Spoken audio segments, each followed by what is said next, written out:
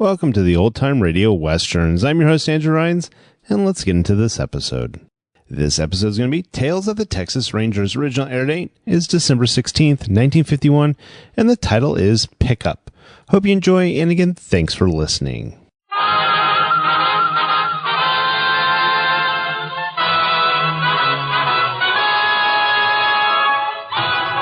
Tales of the Texas Rangers, starring Joel McCrea as Ranger Jace Pearson. Another authentic reenactment of a case transcribed from the files of the Texas Rangers.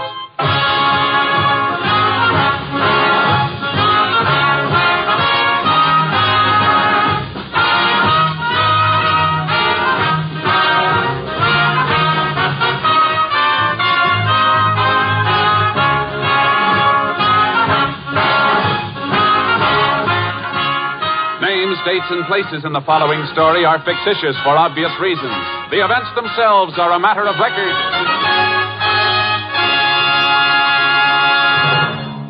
With only 6 shopping days till Christmas, thoughts go quickly to the many happy, hurried preparations for this wonderful religious feast day. There are presents for the children, the turkey for dinner, and 1,001 important things to plan and arrange before December 25th rolls around. Sunday is probably your day to rest. Your day to take it easy. And it's on Sunday that NBC brings you a whole evening of great entertainment to help you relax, put you into a holiday mood, and provide you with many hours of pleasant radio listening. Today, hear The Big Show with stars including Rosalind Russell, Phil Silvers, Jack Carson, Sarah Vaughan, and many more. Yes, a full 90 minutes of great entertainment is yours. Comedy, drama, music. It's The Big Show. Then Phil Harris and Alice Faye are featured in a half hour of mirth and music. Later, Theater Guild on the Air presents Tyrone Power and Loretta Young in Aerosmith by Sinclair Lewis. Stay tuned to NBC, now entering its second quarter century as the leader in radio programming. And now, from the files of the Texas Rangers, the case called Pickup.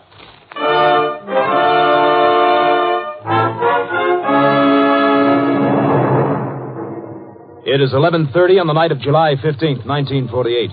In a hobo jungle just outside the freight yards of Stone Canyon, Texas, 2 men crouch beside a small fire. Ain't that coffee ready yet, Whitey? Before you know it, the freight'll be here. Well, it ought to be ready now. Hand me them 2 tin cans. Catch. I wish we was already riding that rattler, Joe. I'm getting cold. You're always getting cold. Well, it's my chest. Ain't been right since last winter. Yeah. Well, here's your coffee. You know, I've been thinking, Joe, maybe we ought to stick around a while. What for? Well, there's plenty of work here. Besides, I'm getting tired. Always moving. Never getting set long enough to rest. Now, what's the matter? This coffee. What'd you put in it? Why, is it the same as always, Joe? I ought to know better than to let you make it, Whitey. You never could make a cup of coffee fit to drink. Come on, let's grab that rattler. Hey, you're pouring the coffee on the fire. That's all it's good for. Put out fires. Come on, let's go. Well, let me finish my coffee first. Come on, Whitey. You want to miss this freight? Well, okay, Joe. Joe, wait. I can't run so fast. Come on, Whitey. Joe, no, I'm trying, Joe. Wait. That empty, Whitey, with the door open. Yeah, all right. Hurry up, will you? I can't make it, Joe. Give me a hand. There you go.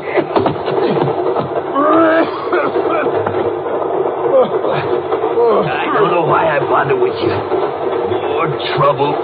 Move out of the way. I want to get the door closed. Might be some railroad ticks around. Yeah. That's better. Joe. Yeah? There's somebody else riding in this car. Over in the corner. Well, so what? You don't own the railroad. Well, he's laying on his face. Something's wrong with him. He's probably drunk. Leave him be. Well, maybe he's sick. I'm going to... Joe. Now what's the matter with you? This guy, he's dead. What? Yeah, let me see. Yeah.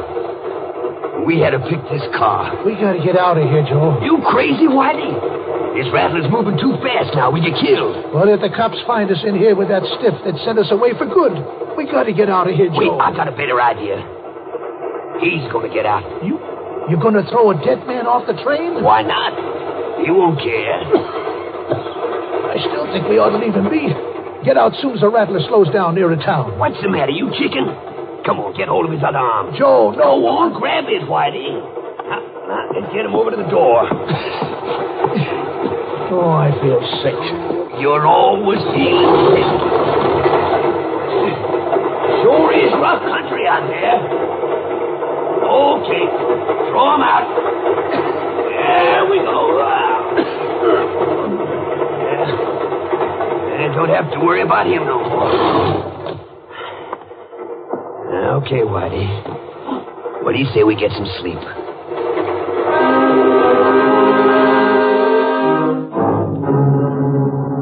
Body was found in a rocky ravine a day later by a Mexican nester, Julio Ramirez, who rode to the nearest town and reported his discovery.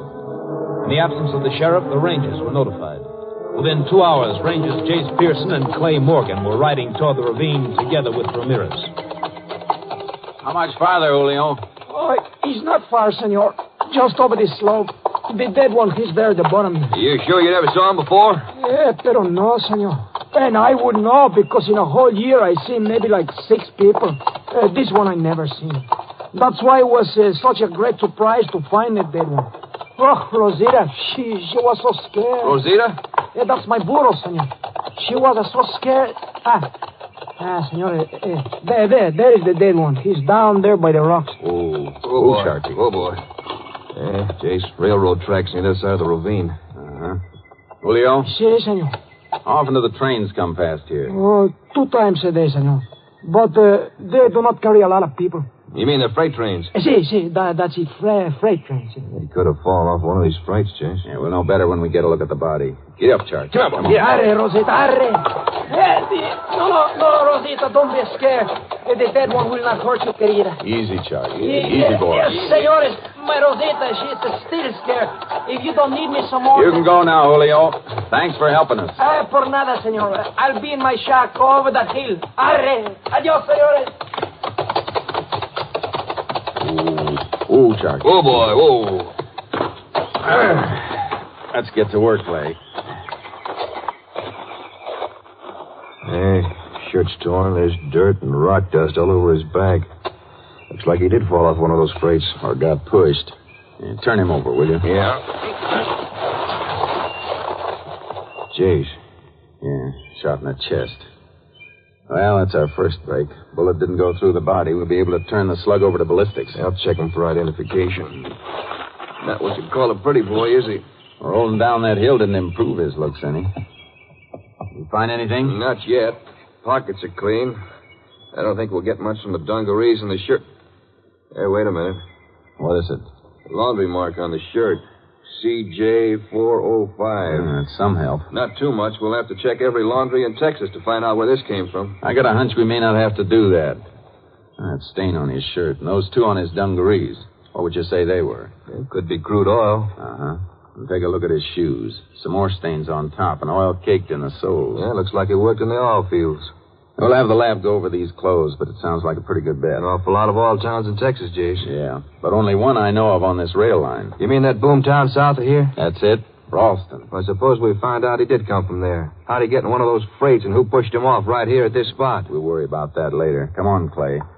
We got a lot to do before we head for Ralston.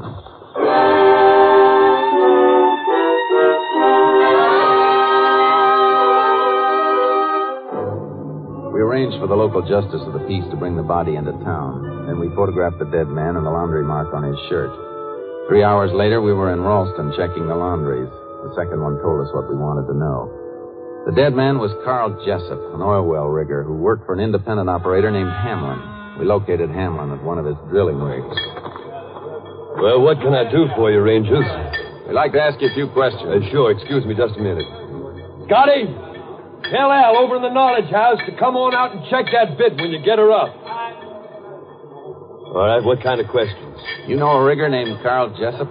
I did. What do you mean you did? Well, he worked for me till 2 nights ago. Didn't show up for work the next morning, so I figured he took off. Any reason why he'd do that? Well, he just been paid a month's wages. Maybe he just wanted to move on, work someplace else. But he didn't tell you he was going to quit. No, he didn't. Wasn't surprised, though. Why not? Well, Carl was always kind of restless. Big, homely boy. Got the idea he was always unhappy about something. Anything in particular he was unhappy about? Well, I don't rightly know. Seemed like he was carrying a grudge against the world because he was born so homely, I guess, but that's only a guess. Clay, show Mr. Hamlin the photo. Yeah. Is that Jessup? Yeah, that's him, all right. It was kind of funny, Ranger. Was he hurt or something? He was murdered, Mr. Hamlin. Shot through the chest. Murdered? But who'd want to... That's what we're trying to find out. Did Jessup ever fight with any of the other oil workers around Ralston? Not that I know of. Like I say, he was quiet and never cracked a smile, but I never seen him fight with nobody. When was the last time you saw him? Well, like I say, 2 nights ago. I just paid the men, and most of us went down to the Bonanza Cafe for a glass of beer. Jessup was there. Did he seem upset about anything? Upset? No. Matter of fact, he was looking happier than I ever seen him look. Can't say as I blame him, neither. How do you mean? Well, he was talking with the prettiest redhead I've seen in a long time. Oh? You know her name? No, never seen her before. But can you describe her? That ain't hard. She's about 5'4", built like a... Well, you know what I mean. Didn't it strike you funny, Mr. Hamlin, that a pretty girl like that would be hanging around an ugly fella like Jessup? Well, maybe it did a little, but you never know about women. Besides, I figured that was strictly their business. Did you see them leave the cafe together? Might have. Couldn't swear to it.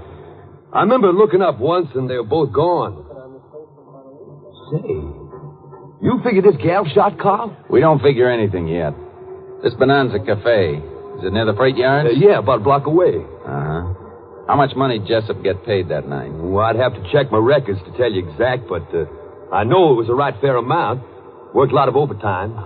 Must come to $600-odd. Are you thinking the same thing I am, Jace? Yeah, sounds like the old confidence game, all right. And from what we know of Jessup, he was a sitting duck for it. Mr. Hamlin, you mind taking a trip to Austin with us? Well, what for, Ranger? We want you to go through our mug file of confidence girls. Maybe you can identify a pretty redhead.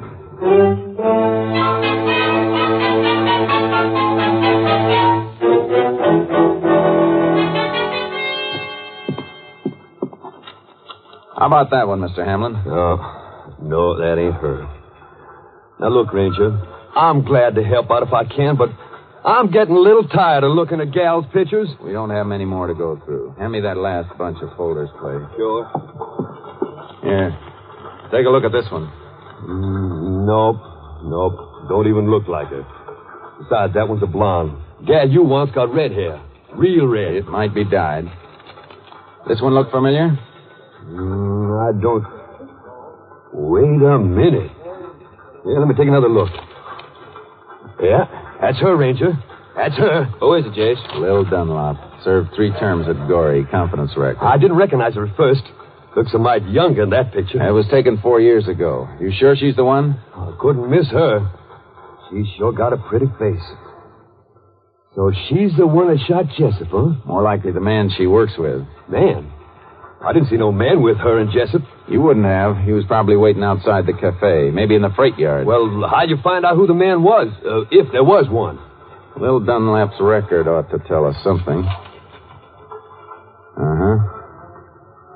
Yeah. You find something, Jace? Could be.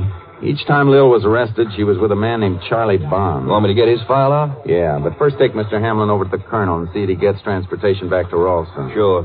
Come on, Mr. Hamlin. All right, that's you. Meet you back here, Jace? No, by the teletypes. I'm going to get out an all-points bulletin on Lil Dunlop and Charlie Bond.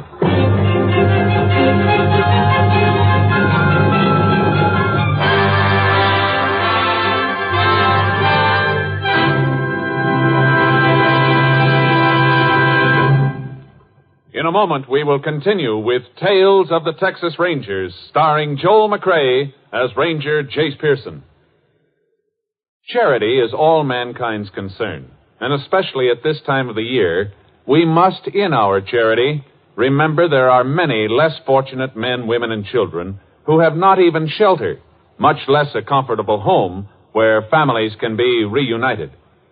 We must, in our charity, remember the poor and the lonely who will not receive a Christmas present or be remembered by anyone if we forget them.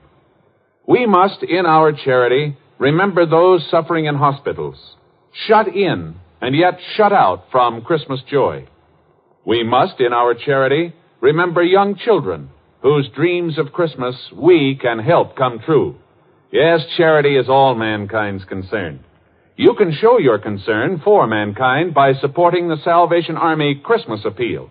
Through the Salvation Army, your charity brings Christmas happiness to legions of lonely and poor people.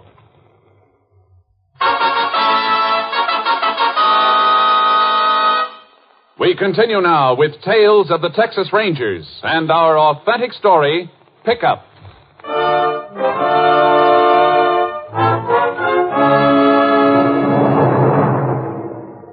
We got out an all-points bulletin on Lil Dunlap and Charlie Bond with orders to spot and keep under surveillance, but not to apprehend. Clay worked south and I worked north, hoping to get some line on them. The first day passed without results. So did the second. The third day at noon, I received an urgent radio call from Clay. I met him back at company headquarters. Well, you got back here in a hurry, Jace. What's up, Clay? Phone call from San Antonio about Lil Dunlop. Oh, they ever spotted? Well, not exactly, but a rancher identified her as the girl who picked him up in a cafe last night. She invited him to a party. Uh-huh. Then a shortcut through the freight yards. A man jumped out, slugged him, and rolled him for all his money. Is that it? Yeah, that's it. Same old pattern. Did the rancher get a look at the man? No, Jace, it was too dark, but it's a good bet it was Charlie Bond. How much did they get away with this time? Over $800. Doing all right. Yeah, not for long, I hope.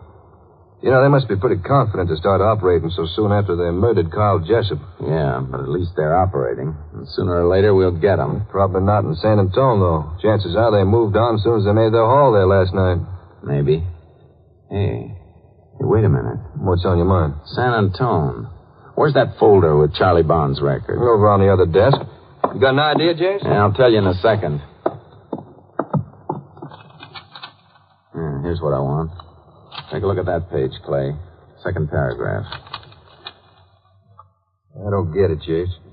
This just says Charlie once attempted escape from Huntsville with his cellmate, a guy named Earl Dorn. Otherwise known as Mousy Dorn. You know this fellow? I sent him off on his last trip to Huntsville. He worked the confidence racket, same as Charlie Bond. Yeah, but what's that got to do with... San Antonio, Clay?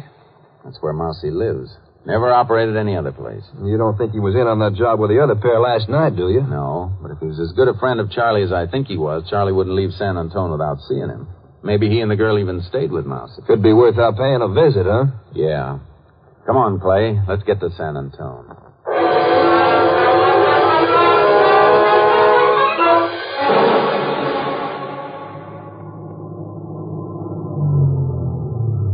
This is it. Doesn't look like anybody lives here. We'll soon find out. Not what you'd call a fancy house. Well, Mousy never did go in much for trimmings.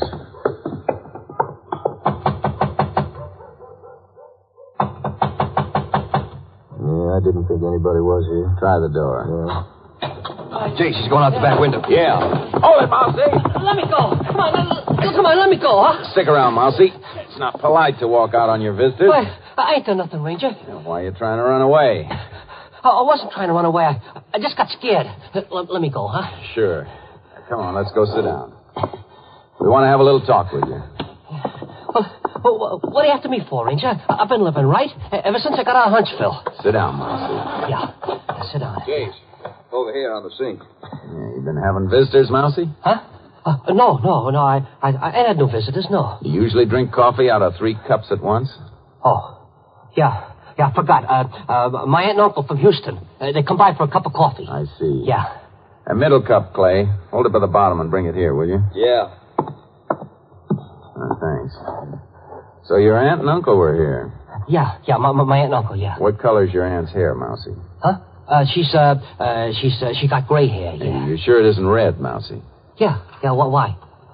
The lipstick on this cup is bright orange, the kind a red-headed woman might wear. You sure it was your aunt and uncle that were here? It could have been Lil Dunlop and Charlie Bond, couldn't it, Mousy? Charlie? I ain't seen him in a long time. A real long time, Ranger. How many times you been in Huntsville? I don't remember.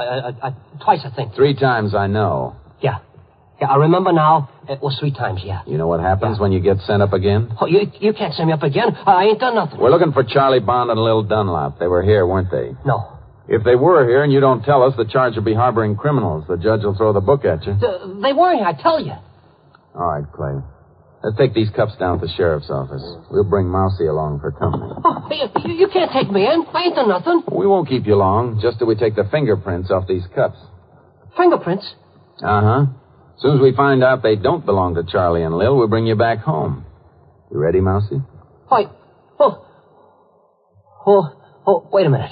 You ready to start talking? Maybe they was here. How long ago? Early this morning. Did they say where they were heading? No, they didn't say. Come on, Mousy. Let's go. Oh, wait.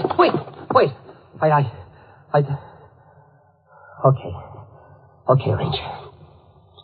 They're going to Gulf City. It sounds like they're going to try their luck with a seaport for a change, Jason. Yeah. Which cafe will Lil be working, Mousy? I don't know. She and Charlie were talking about it. They figure they decide when they get there. Come on, Clay. I don't know after Charlie and Little Ranger. You gotta believe me. If I'd have known, I'd have told you right off. I'll bet. Next time, just be more careful about who you invite for coffee.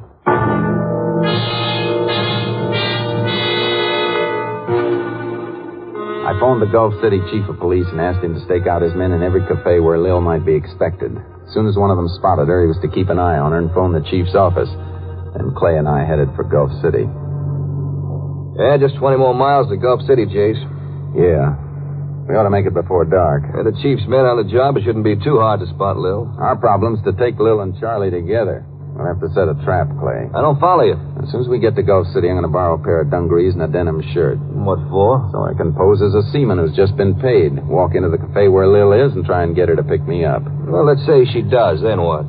And she'll lead us to Charlie Bond. But, Jace, Charlie's a killer. You won't be able to carry a gun in that seaman's outfit. No, but you'll have a gun, and you'll be tailing me from the minute Lil and I leave the cafe. Well, I hope it works. Not half as much as I do, Clay. Not half as much.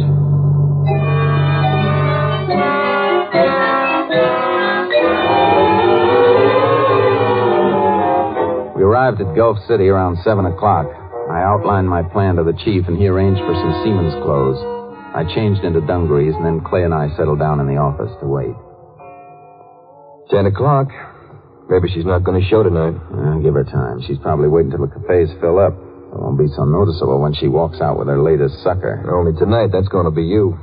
Things work our way. There'll be two other suckers tonight. Lil and Charlie Bond. If things work our way. I still don't like it, Jason. You got a better idea? No, I reckon not. What's the matter? Yeah, it's not really funny, but I can't get over you in that seaman's outfit. You look like you haven't spent a day on land in 10 years. Just so it convinces Lil. Well, it ought to. I'm convinced and I know you. I'll get it. Ranger Morgan. Where? Yeah, right away. Come on. Lil? The Yankee Cafe. Let's go, sailor.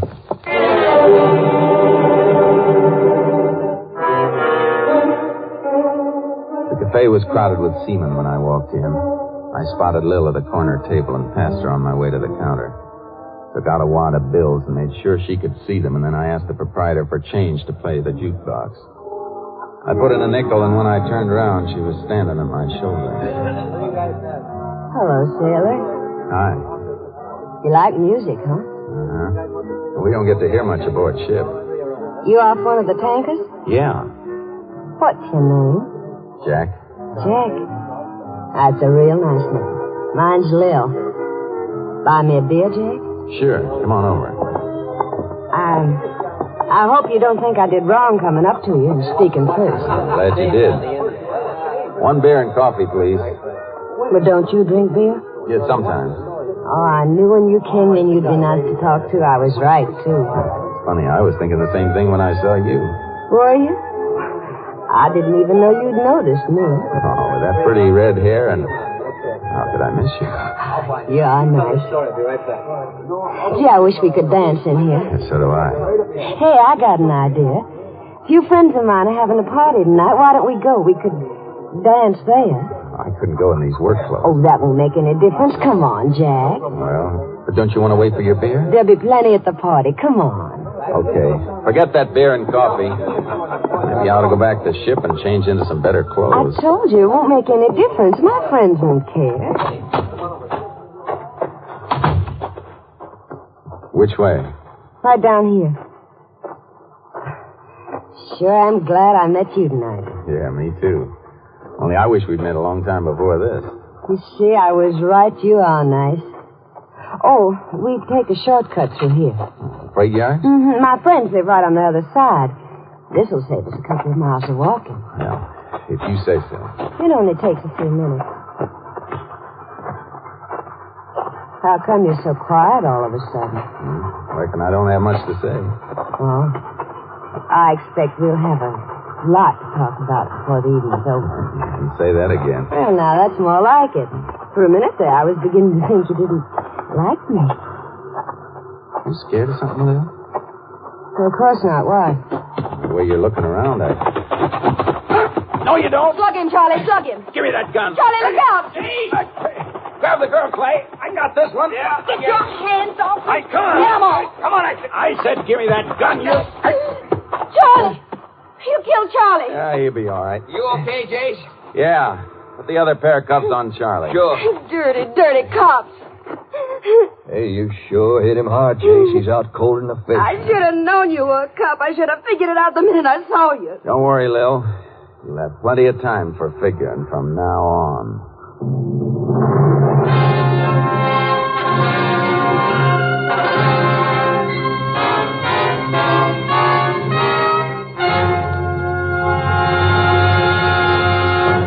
In just a moment, we will tell you the results of the case you have just heard.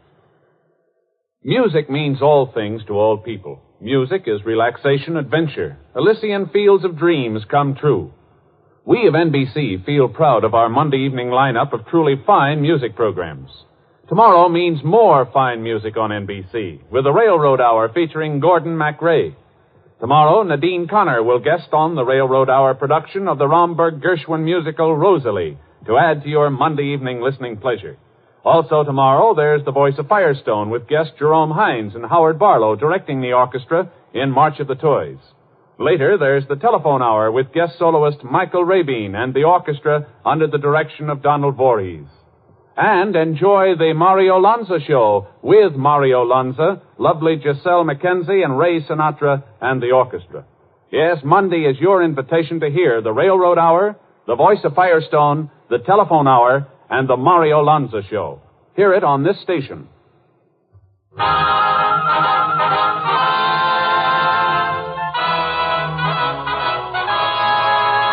And now, here are the results of the case you have just heard.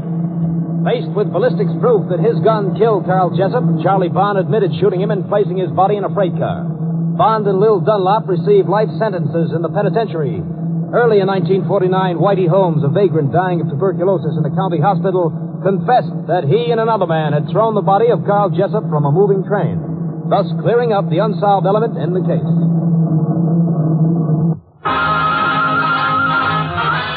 Next week, Joel McRae in another authentic reenactment of a case from the files of the Texas Rangers.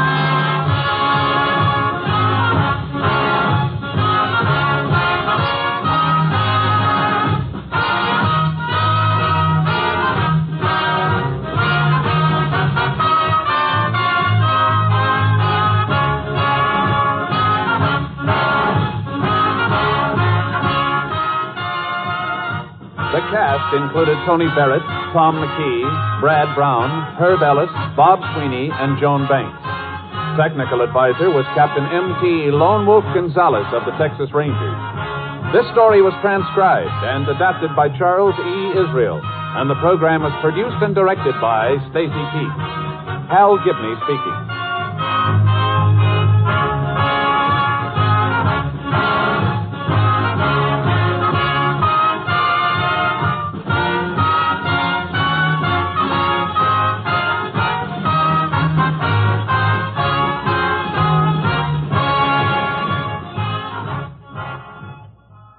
Next, it's The Big Show. All this and Tallulah, too, on NBC.